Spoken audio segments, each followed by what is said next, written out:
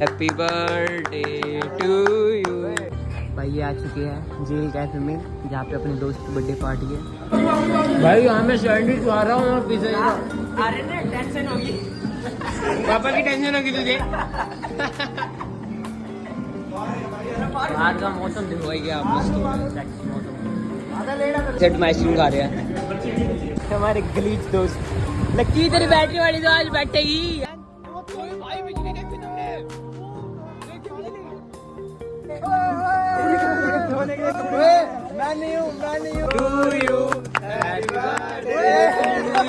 सब जगह तो पानी भरा, अब क्या जाए, मुंबई वाला हाल हो गया हमें। ये देख